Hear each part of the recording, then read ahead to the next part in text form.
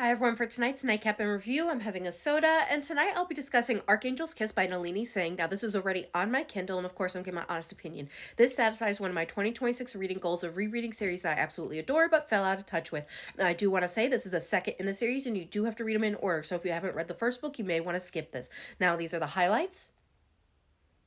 And there were no listed content warnings, and I gave this 5 stars. Absolutely adored it, even though it's a reread, and I can't wait to talk about it. But first, what's this book about? So, this book continues the story of vampire hunter Elena, who wakes from a year-long coma to discover that she is no longer fully human. Instead, she has been reborn as an angel with wings streaked in midnight and dawn. But after being in a coma for a year and growing wings, her body is fragile, so flight is a distant dream. Now, her lover, the commanding Archangel Raphael, has never been one to wait or give up control, but he will need to remember that Elena has never been one to obey. So, as they work through these new changes in the relationship, they will have to work hard to find their balance, but they must work quickly as there are those who want to view Raphael's new pet.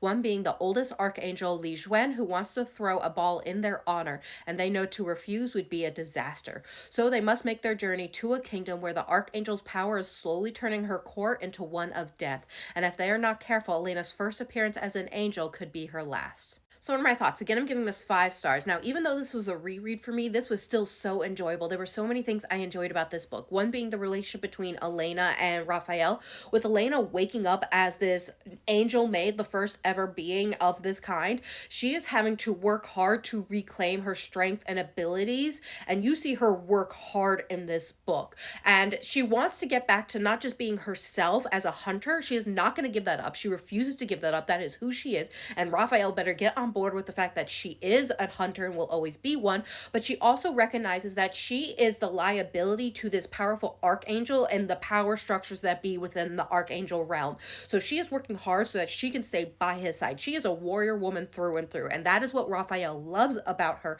But he is also having to reconcile the fact that he loves this woman, and if he loves warrior women, not just as a fling, but as your mate, someone who's going to stick by your side, he is going to have to bend, because you don't love a warrior woman and then just stick her in like a house and lock her up. No, she is going to fight by your side, and you guys are going to have to find this balance together, because there is still a power imbalance between the two of them. He's a freaking archangel, so there are some missteps on his part where his ego gets into play, and he's wanting to keep her safe, and he takes over, but he then realizes, I love her as a warrior. I can't make her into some kind of puppet that isn't the woman that I love. So I definitely enjoyed them separately, but I enjoyed this like dynamic that they're trying to figure out what works for them, and I just really enjoyed it so much.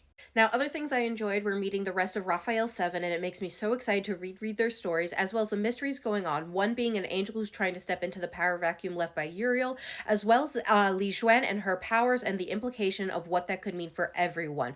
Overall, I enjoyed the story, the characters, and I can't wait to continue the series. Now, this book is currently available. I hope you give it a try, and I hope everyone has a good night and happy readings.